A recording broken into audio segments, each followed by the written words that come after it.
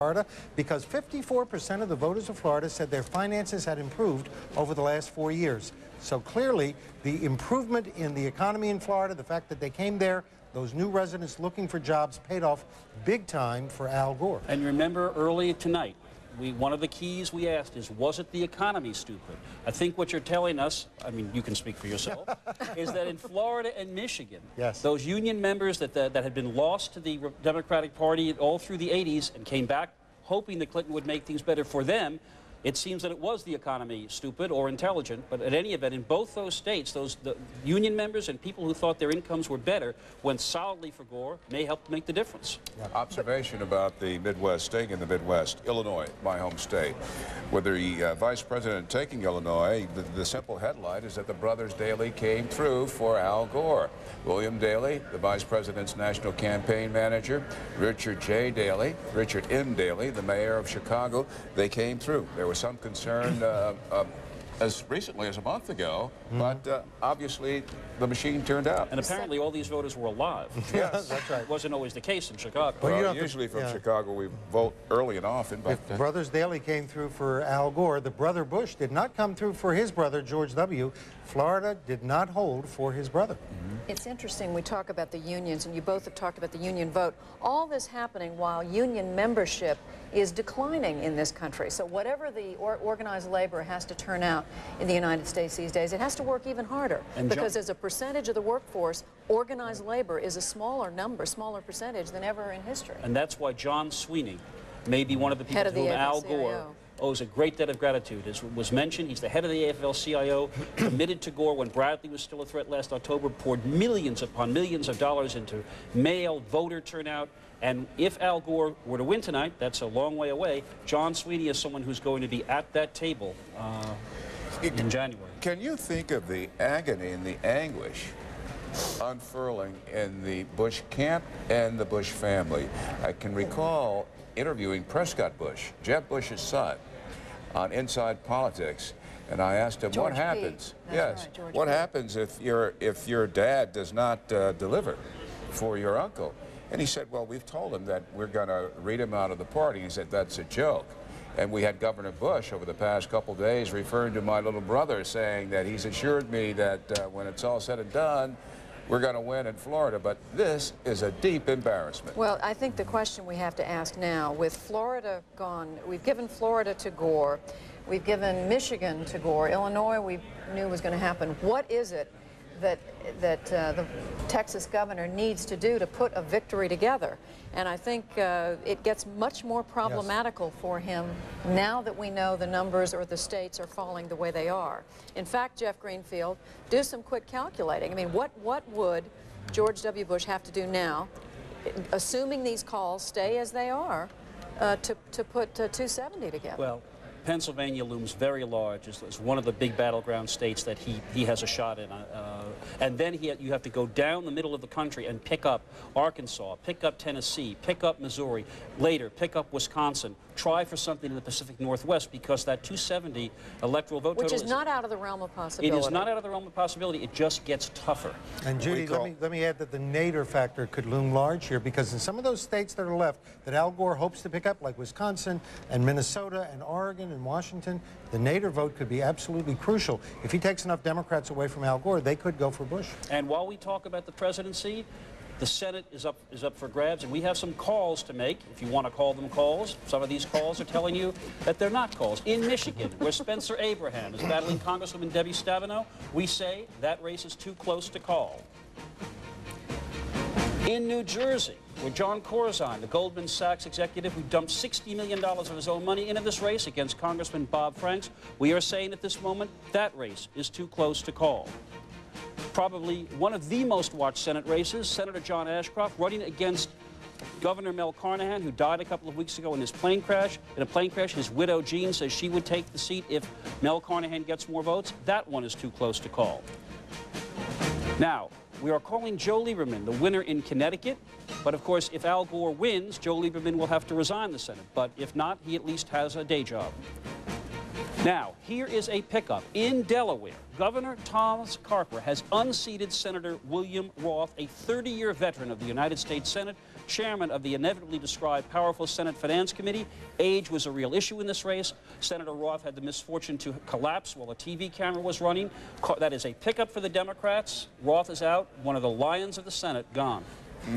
All right, while we're looking at the Senate and some of these other very, very important elections taking place, let's go over to the man who's keeping a close eye on all this, our Wolf Blitzer. He's over there with Stu Rothenberg. Wolf?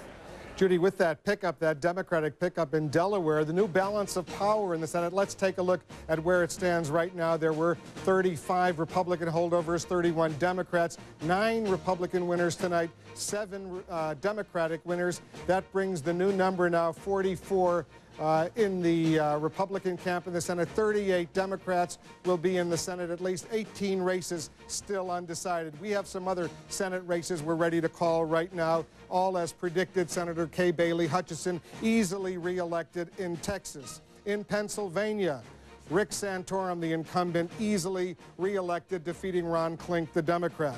In the Commonwealth of Massachusetts, Senator Edward Kennedy easily defeats Jack E. Robinson as expected. In Tennessee, Bill Frist, Dr. Bill Frist, the incumbent, he is reelected in Tennessee. In Maryland, another easy race for Paul Sarbanes, the longtime incumbent, beating Paul Rappaport. In the state of Mississippi, the Senate Majority Leader Trent Lott, once again easily reelected.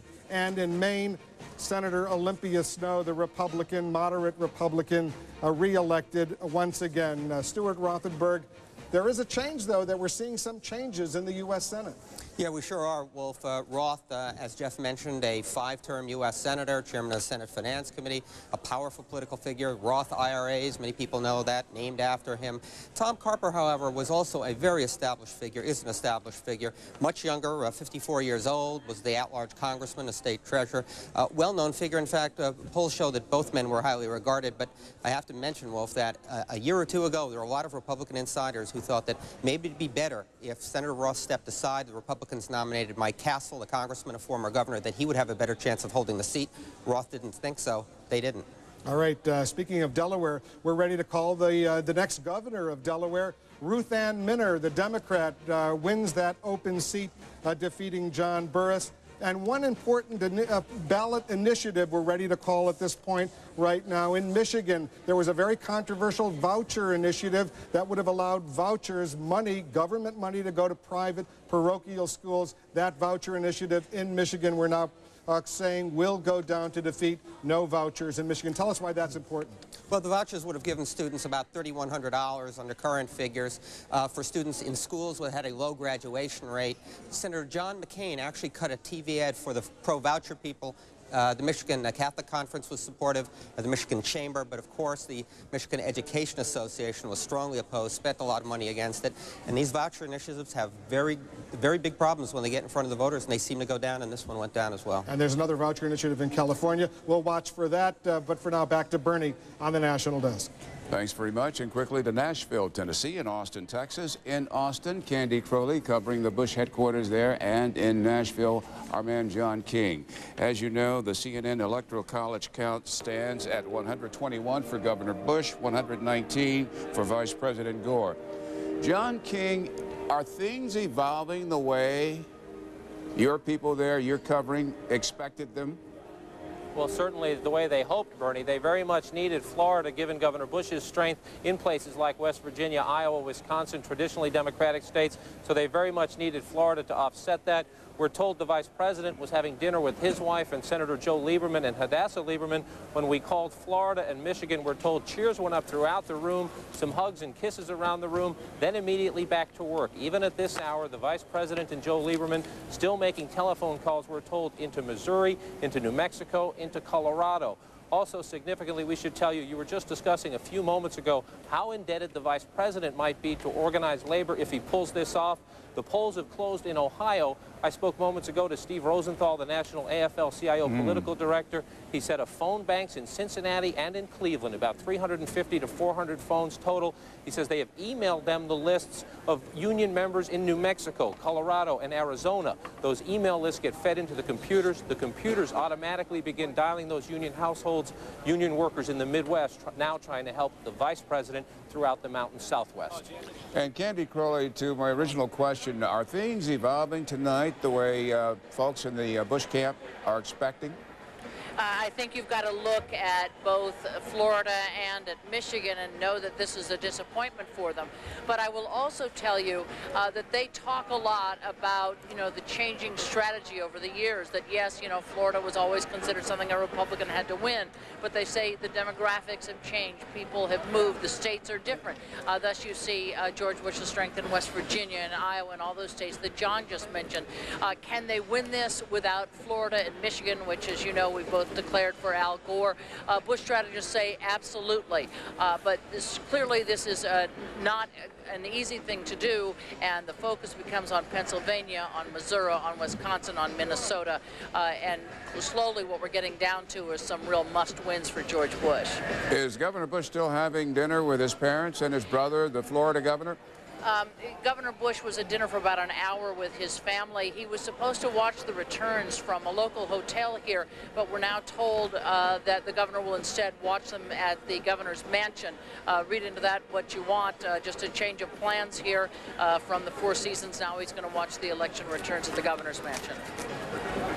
Okay, thank you, Candy Crowley. John King. Outstanding reporting from John King on what the union, AFL-CIO, is doing with their union members in the Midwest, operating phone banks, calling union members in the Southwest to get out the vote. Great story to be written after this election about just exactly what the unions did. I think some of us reporters were onto it, but it's a much bigger story, I think, than perhaps anyone had realized. Tiny little omen here tonight. Omens are probably made to be broken. No Republican has ever won the White House yet without winning the state of Illinois. We've already called Al Gore the winner in Illinois. Again, these things are made to be broken, but we just point that out.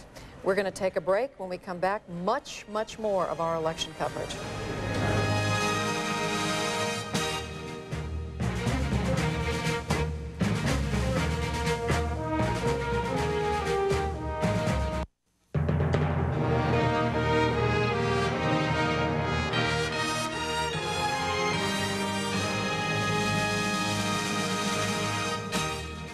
It's 8:20 in the eastern part of the United States. We've made some calls. We've got many more to make. Many states we cannot tell you about, but this is our first look at the actual vote count. These are real human beings who cast real ballots all over the country. Only 5% of the precincts reporting, and with that just 5%, you can see George Bush, 54% of the vote, 3.3 million.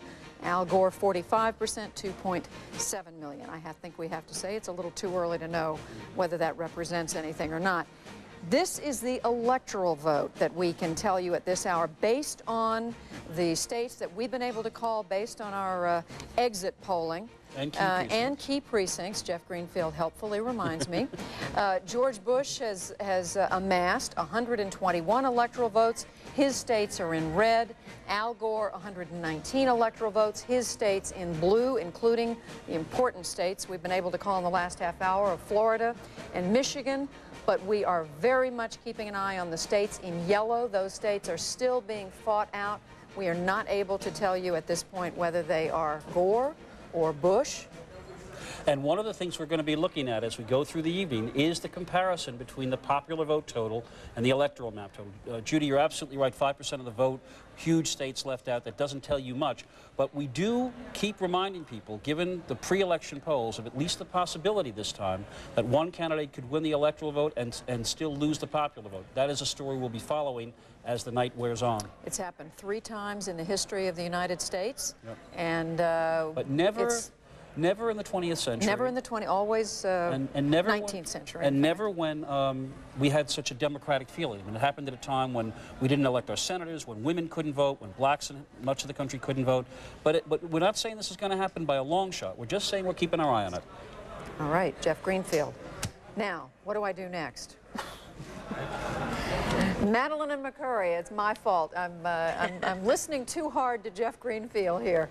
Mary Madeline, Mike McCurry, there's a lot to talk to you